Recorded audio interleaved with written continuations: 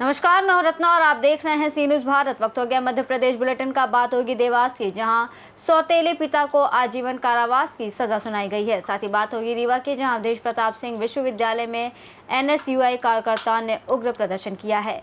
ऐसी तमाम खबरों पर विस्तार से चर्चा करेंगे इस बुलेटिन में।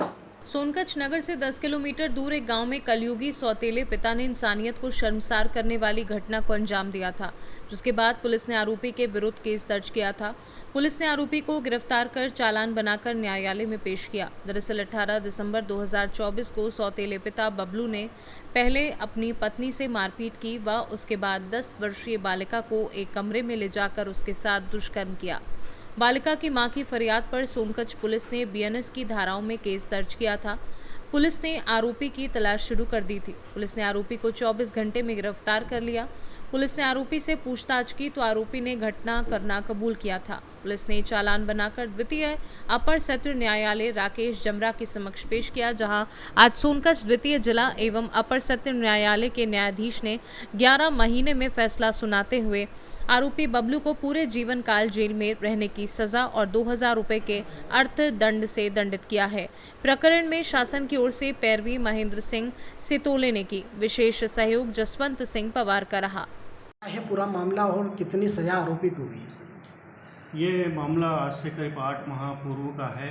सोनकच्छ थाना क्षेत्र के अंतर्गत एक गांव है चौबारा जागीर, जहां पर एक सौतेले पिता ने अपनी नाबालिग बेटी के साथ दुष्कर्म किया था। दुष्कर्म करने के उपरांत उनके द्वारा पुलिस थाना सोनकच्छ में शिकायत की गई थी, जिस पर पुलिस थाना सोनकच्छ द्वारा शिकायत दर्ज होने के उपरांत आरोपी बबलू के विरुद्ध संपूर्ण साक्ष्य संकलित कर अनुसंधान कर माननीय न्यायालय के समक्ष अभियोग पत्र प्रस्तुत किया गया था। माननीय न्यायालय के समक्ष सभी साक्ष्य जो है प्रस्तुत की गई थी, जिसके आधार पर आज माननीय न्यायालय के द्वारा आरोपी बबलू पिता रामाजी निवासी चौबारा जागीर को पॉस्को अधिनियम के अंतर्गत आजीवन कारावास से शेष प्राकृत जीवन काल तक के लिए दंडित किया गया। अर्थदंड भी दिया है सर? हाँ, इसमें उसे 2000 रुपये का अर्थदंड भी दिया गया है। आरोपी की जमानत हुई थी कि अंडर ट्रायल ही चला था? यह संपूर्ण मामला जो है आरोपी अंडर ट्रायल रहते हुए चलाया गया था। इसमें आरोपी की जमानत विचारण न्यायालय और न ही उच्च न्यायालय द्वारा प्रदान की गई। सर, आपका नाम और पद बता दीजिए। मैं महेंद्र सितोले, ADPO सोनकच्छ। सोनकच्छ से सी न्यूज़ संवाददाता साजिद पठान की रिपोर्ट। अवधेश प्रताप सिंह विश्वविद्यालय रीवा में PhD प्रवेश परीक्षा में धांधली के आरोपों को लेकर NSUI कार्यकर्ताओं ने जिलाध्यक्ष पंकज उपाध्याय के नेतृत्व में उग्र प्रदर्शन किया। उपाध्याय ने कहा कि परीक्षा में सिर्फ BJP नेताओं के करीबी अभ्यर्थियों को पास किया गया, जबकि 90% छात्रों को फेल कर दिया गया। NSUI ने निष्पक्ष जांच, फीस वापसी और अयोग्य शिक्षकों की नियुक्ति की जांच की मांग की। विश्वविद्यालय घेराव के दौरान पुलिस ने लाठीचार्ज और वाटर कैनन चलाकर सैकड़ों छात्रों को हिरासत में लिया। पंकज उपाध्याय ने चेतावनी दी कि यदि 10 दिनों में कार्यवाही नहीं हुई तो आंदोलन और तेज किया जाएगा। प्रदर्शन में निकिता शर्मा, सत्यम मिश्रा, संस्कार त्रिपाठी, नित्कर्ष मिश्रा, हरिओम कुशवाहा, सनी रॉय, अमन द्विवेदी, बलराम तिवारी सहित सैकड़ों छात्र मौजूद रहे। अवधेश प्रताप सिंह विश्वविद्यालय का विगत कुछ हफ्तों पहले PhD एंट्रेंस एग्जाम का परीक्षा परिणाम घोषित किया गया है। उसमें क्या किया गया है, जो BJP नेताओं के करीबी लोग हैं, जो डिप्टी CM जी का जिंदाबाद बोलने का काम करते हैं, उनको सबसे ज्यादा पास किया गया है और 90% से ज्यादा छात्र छात्राओं को फेल करने का काम विश्वविद्यालय द्वारा किया गया है। जो वहाँ के कुलपति महोदय हैं, ज्यादातर तो वो जबलपुर घूमते रहते हैं। उनका जो घर है कि जबलपुर में रहते हैं, पहली बात यहाँ रहना उनका ज्यादा होता नहीं है। उसके बाद जो वहाँ पे पास होने वालों की लोगों की संख्या है, वहाँ पे सिर्फ जो डिप्टी CM के साथ हैं, जो कुलपति जी के रिश्तेदार हैं, जो BJP नेता के रिश्तेदार हैं, उनको पास करके बेहतरीन पास किया गया है और बाकी जो सामान्य परिवार के छात्र थे उन्हें घर बैठाने का काम किया गया है। लेकिन आज NSUI के नेतृत्व में एक बड़ा प्रदर्शन किया गया, विश्वविद्यालय का घेराव किया गया। मामला आप एक PhD एंट्रेंस एग्जाम का रहा, एक आपका विश्वविद्यालय द्वारा 3-4 वर्षों से स्कॉलरशिप नहीं दी जा रही है और साथ में जो स्कॉलरशिप है वहाँ की, और वहाँ पे छात्र छात्राएं पढ़ रहे हैं संबल मेधावी के अंतर्गत। आखिर ये बताइए, संबल मेधावी के अंतर्गत क्यों पढ़ते हैं छात्र जब वो शुल्क देने लायक नहीं होते? तो उनसे शुल्क वसूलती है विश्वविद्यालय। एक लेटर क्यों नहीं जारी कर देती विश्वविद्यालय कि हम सरकार द्वारा जो योजनाएं चलाई जा रही है उनका हम पालन नहीं करेंगे, लेकिन छात्रों को लॉलीपॉप दिया जाता है 1 महीने के अंदर आपकी शुल्क वापस की जाएगी, उनकी शुल्क वापस नहीं की जाती। कोई भी भर्ती जब निकलती है विश्वविद्यालय में तो चुपचाप जो नेताओं के करीबी होते हैं, बीजेपी नेताओं के, उनको भर्ती कर लिया जाता है। कोई किसी प्रकार से पेपर में एक न्यूज तक नहीं निकलती है, कोई भी पेपर में कटिंग नहीं निकलती है कि आज इसकी भर्ती है तो कोई इंटरव्यू दे सके। वहाँ वैकेंसी निकली और बीजेपी नेताओं के करीबी एक प्रोफेसर के बेटे बेटियां भर्ती हो जाते हैं, पता नहीं चलता। इस प्रकार से विश्वविद्यालय में घोटाला किया जाता है। 8-8 महीने से 2-2 सालों से रिजल्ट नहीं घोषित किया जा रहा कोर्सों से। इन्हीं सभी मामलों को लेकर मेन मामला था हमारा पीएचडी एंट्रेंस एग्जाम के परीक्षा परिणाम में धांधली का। जब तक उसकी जांच नहीं की जाएगी और जांच के साथ जब तक कुलपति महोदय जी जवाब नहीं देंगे और दोबारा परीक्षा कराने का निर्णय नहीं लेंगे, तब तक एनएसयूआई अपना योगदान रखेगी। आज पुलिस द्वारा हमें रोकने का प्रयास किया गया है, वाटर कैनन का प्रयोग किया गया है और साथ में बैरिकेडिंग लगाई गई। हमें जैसे हम अपराधी हैं, हम डरने वाले नहीं हैं, हम राहुल गांधी के बब्बर शेर हैं। आज हम इस लड़ाई को लड़े हैं।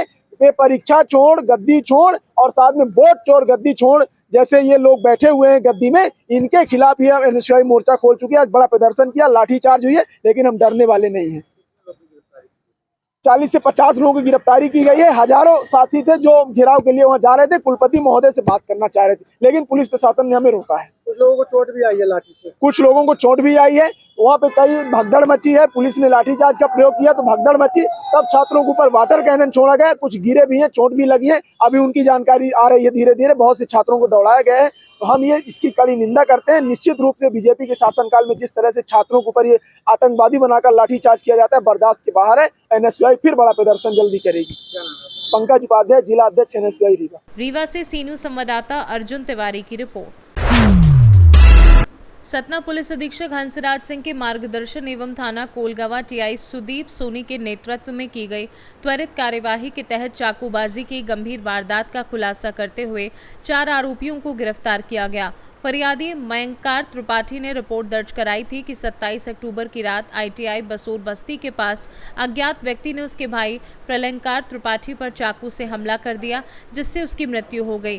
वहीं मयंकार और उसके साथी शोभित पांडे भी गंभीर रूप से घायल हो गए। पुलिस ने मामला दर्ज कर विवेचना के दौरान मुखबिर की सूचना पर मुख्य आरोपी विष्णु वंशकार सहित उसके साथियों सोनू महेश बंसल, अंशुर विवेक वंशकार और मनी वंशकार सभी निवासी आईटीआई बसूर बस्ती थाना कोलगवा को शमशान घाट के पास से घेराबंदी कर गिरफ्तार कर लिया। पुलिस ने घटना में प्रयुक्त चाकू बरामद करते हुए सभी आरोपियों को न्यायिक अभिरक्षा में पेश किया, जहां से उन्हें जेल भेज दिया गया। सतना से सीनू संवाददाता बलवीर सोनी की रिपोर्ट।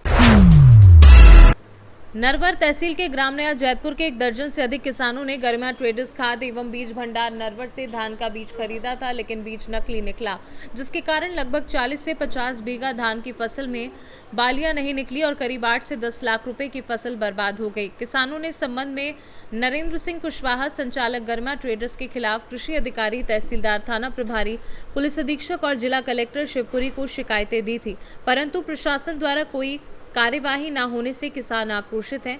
इसी आक्रोश में किसान माथेराम कुशवाहा मोबाइल टावर पर चढ़कर आत्महत्या करने की कोशिश की, जिन्हें नायब तहसीलदार और कृषि विस्तार अधिकारी ने कार्यवाही के आश्वासन पर नीचे उतारा। किसानों ने मांग की है कि नकली बीज बेचने वाले नरेंद्र सिंह कुशवाहा पर दंडात्मक कार्यवाही कर दुकान सील की जाए और उन्हें फसल का मुआवजा दिलाया जाए। साथ ही चेतावनी दी है कि यदि 3 दिनों में कार्यवाही और मुआवजा नहीं मिला तो वे नरवर तहसील पर धरना प्रदर्शन करेंगे।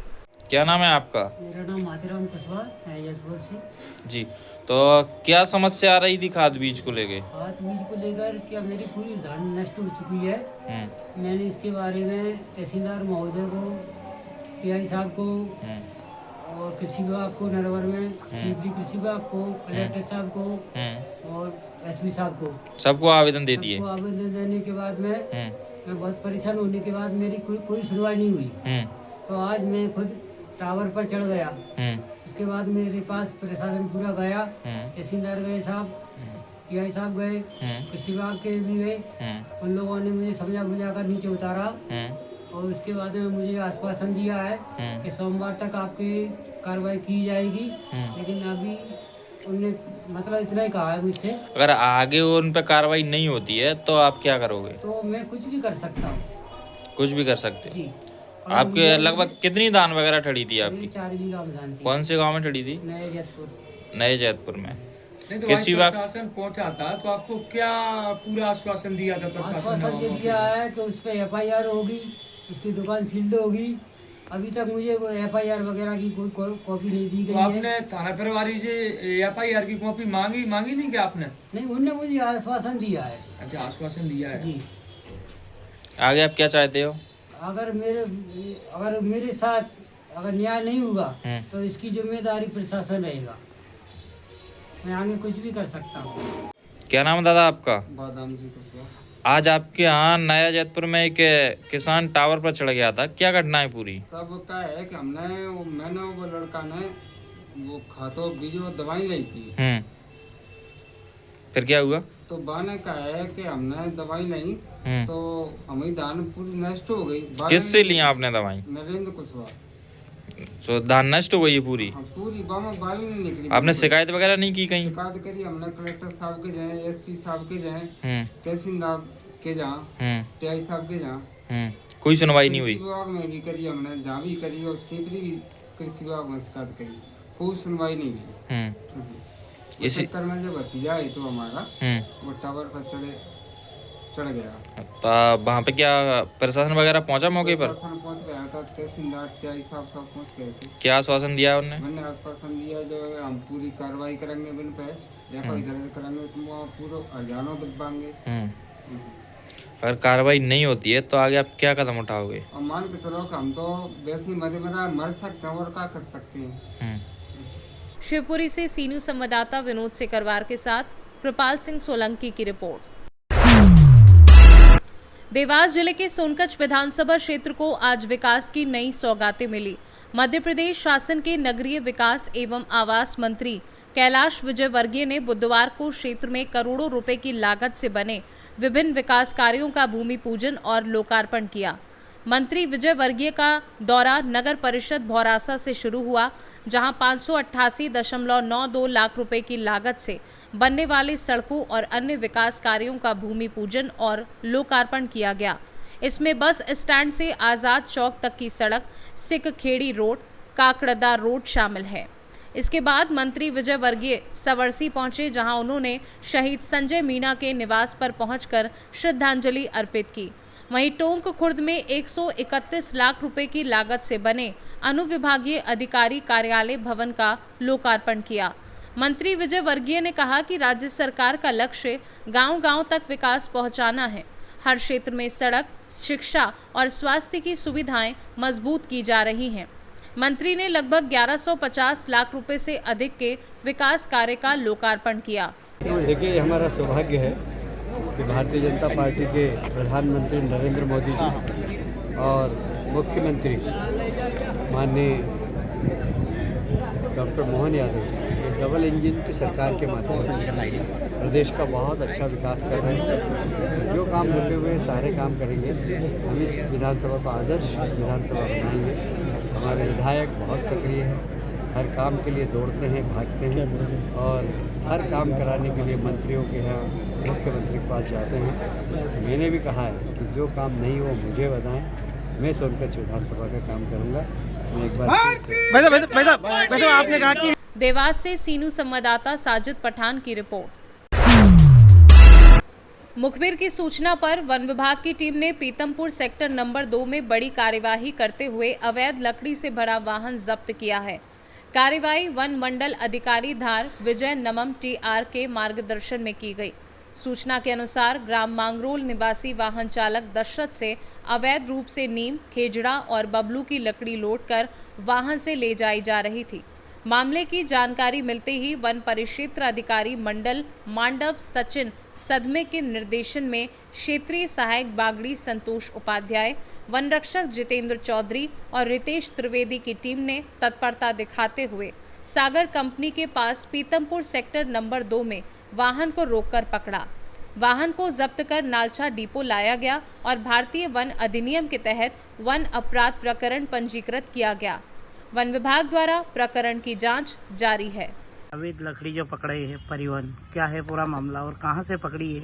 जी सर, 28/10/2025 को मुखबिर की सूचना अनुसार पीतमपुर सेक्टर नंबर 2 में सागर कंपनी में एक आयसर की सूचना मिली जो आयसर क्रमांक है MP 09 DT 8527 में अवैध रूप से भरी लकड़ी, नीम, खेजड़ा, शुभ अमूल की पाई गई, जो मौके पे वजन लगभग 2 टन भरी जब्त की गई, जो नालसा डिपो पर लाकर वाहन को खड़ी कर केस दर्ज किया गया, जो भारतीय वन अधिनियम 1927 की धारा 41, 42, 52 एवं मध्य प्रदेश अभिवाहन वनोपज नियम 2000 की धारा 14, 20, 3 का के अंतर्गत पंजीबद्ध किया गया। मौके पर वाहन चालक से पूछा गया। वाहन चालक का नाम दशरथ पिता उदय सिंह सोलंकी, निवासी मांगरोल, तहसील पीतमपुर, थाना सागौर का होना बताया गया। क्या नाम है सर आपका?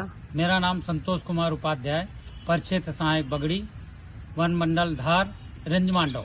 नालचा से सी न्यूज संवाददाता अशोक मिरदवाल की रिपोर्ट। नगर पालिका परिषद सारंगपुर की बैठक आज नगर पालिका सभागार में आयोजित की गई। बैठक की अध्यक्षता नगर पालिका अध्यक्ष पंकज ललित पालीवाल ने की। बैठक में उपाध्यक्ष भावना नीलेश वर्मा, मुख्य नगर पालिका अधिकारी ज्योति सुनहरे एवं सभी पार्षदगण उपस्थित रहे। बैठक में नगर के विभिन्न विकास एवं सौंदर्यीकरण कार्यों पर विस्तार से चर्चा की गई। परिषद ने सिंहस्थ 2028 की तैयारियों के तहत पड़ाव स्थल निर्माण की कार्य योजना तैयार करने पर सर्वसम्मति से सहमति दी। परिषद ने ऑडिटोरियम निर्माण, HTRF योजना के तहत नाला निर्माण तथा कपिलेश्वर घाट पर कपिल मुनि की प्रतिमा स्थापना के प्रस्तावों को भी मंजूरी दी। बैठक में गीता भवन और स्टेडियम निर्माण हेतु भूमि चयन व हस्तांतरण के लिए समिति गठित करने और प्रकरण कलेक्टर राजगढ़ को भेजने का निर्णय लिया गया। बैठक में ये भी निर्णय लिया गया कि निकाय की पुरानी फायर ब्रिगेड के स्थान पर नई फायर ब्रिगेड वाहन खरीदा जाए। साथ ही नालों की सफाई और अन्य कार्यों के लिए एक JCB मशीन क्रय करने का प्रस्ताव पारित कर शासन से अनुदान की मांग की जाएगी। बैठक में यह भी तय हुआ कि पार्षदगण 1 सप्ताह के भीतर अपने अपने वार्डों के विकास कार्यों की सूची अध्यक्ष को सौंपेंगे ताकि प्राथमिकता के आधार पर कार्य कराया जा सके। परिषद बैठक सौहार्दपूर्ण वातावरण में संपन्न हुई और नगर के समग्र विकास के लिए कई महत्वपूर्ण निर्णय लिए गए। कई प्रस्ताव थे और कई प्रस्तावों पर चर्चा हुई कि नगर में कैसे विकास की गति तेज हो और कैसे कार्य हो। उसको लेकर के सभी वार्डों से सुझाव भी मांगे हैं कि सभी वार्डों में क्या क्या कार्य हैं, उन कार्यों को प्राथमिकता के साथ किए जाए। साथ ही शासन के योजना के अंतर्गत जो हमें कार्य मिले हैं उन कार्यों को भी करने के लिए परिषद द्वारा सुझाव लिए गए और परिषद के सुझाव के आधार पर वार्ड नंबर 8 में 1,54,00,000 रुपए के लगभग 1.5 करोड़ के लगभग कार्य स्वीकृत किए हैं और वो कार्य वार्ड नंबर 8 में हम करा रहे हैं।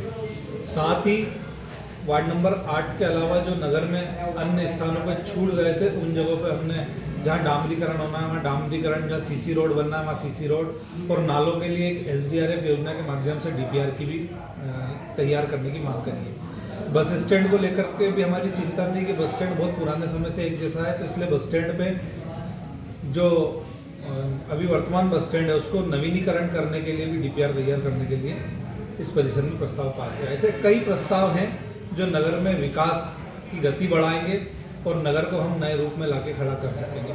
कपिलेश्वर लोक को लेकर के जो मंत्री जी की कल्पना है उस अनुरूप भी कार्य करने के लिए हमने DPR तैयार करने का बनता है। ऐसे अनेक कार्य हैं और नगर में निरंतर अब विकास कार्य दिखेंगे। आज परिषद ने अच्छे माहौल में सभी वार्डों के कार्य स्वीकृत किए हैं। सभी वार्डों में कार्य हो उसके लिए योजना बनाई है।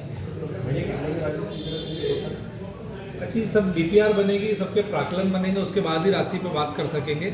अभी जो योजना अंतर्गत थी विशेष निधि से जो हमें 98 लाख मिला था वार्ड नंबर 8 के लिए, उसे वार्ड नंबर 8 में बस स्टैंड के लिए हमने स्वीकृत किया है ताकि बस स्टैंड बहुत ज़्यादा इस समय सबसे यदि बुरी स्थिति में तो बस स्टैंड की है, तो बस स्टैंड पे अच्छा CC निर्माण हो जाए, उसके लिए गुणवत्तापूर्वक कार्य हो, उसके लिए हमने DPR तैयार करने के लिए बोला है।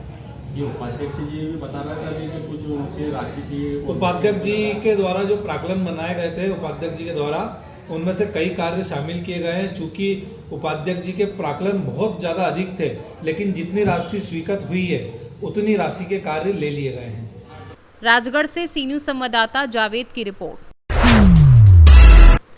शाजापुर जिले के शुजालपुर विधानसभा के अंतर्गत अकोदिया मंडल का दीपावली मिलन समारोह बुधवार को नगर स्थित सार्वजनिक धर्मशाला में हर्षोल्लास और उत्साह के साथ संपन्न हुआ।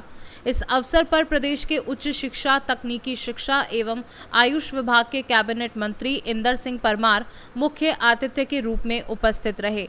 कार्यक्रम में मंचासीन अतिथियों में जिला पंचायत अध्यक्ष हेमराज सिंह सिसोदिया, जिला महामंत्री विजय बैस, पूर्व जिला अध्यक्ष अशोक नायक, मंडल अध्यक्ष अरविंद परमार शामिल रहे। अतिथियों ने उपस्थित भाजपा कार्यकर्ताओं और नागरिकों को दीपावली की शुभकामनाएं प्रेषित की। मंत्री इंदर सिंह परमार के आगमन पर कार्यकर्ताओं ने पुष्प वर्षा कर उनका भव्य स्वागत किया।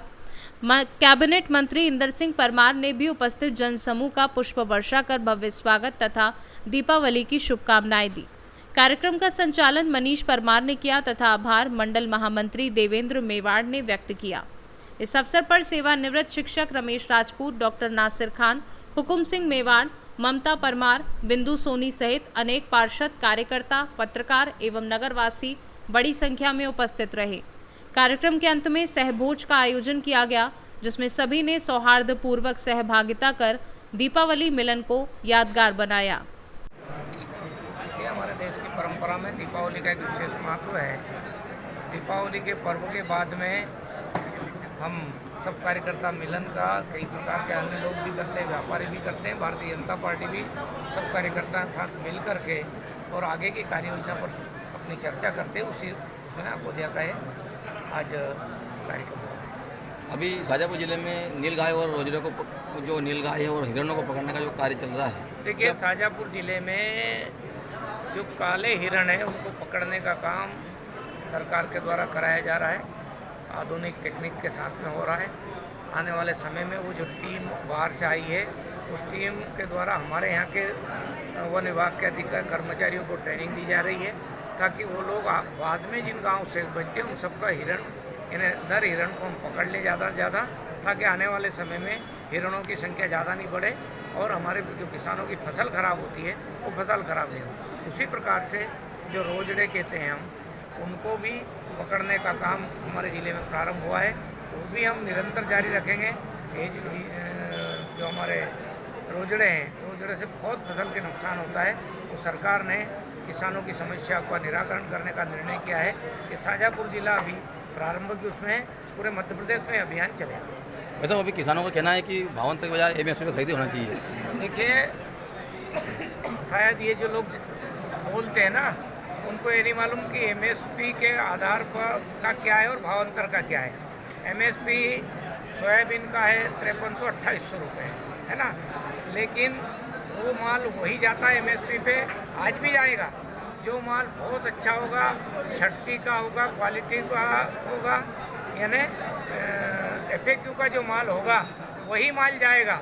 इसलिए आज जो पानी के कारण, बारिश के कारण या मिट्टी आ जाती है वो माल एफएक्यू का नहीं हो सकता है। इसलिए सरकार ने कहा कि भाई हम एक रेट जो अभी 24 तारीख से खरीदारी प्रारंभ हुई है, 9 तारीख 15 दिन का एक मॉडल रेट बनाएंगे।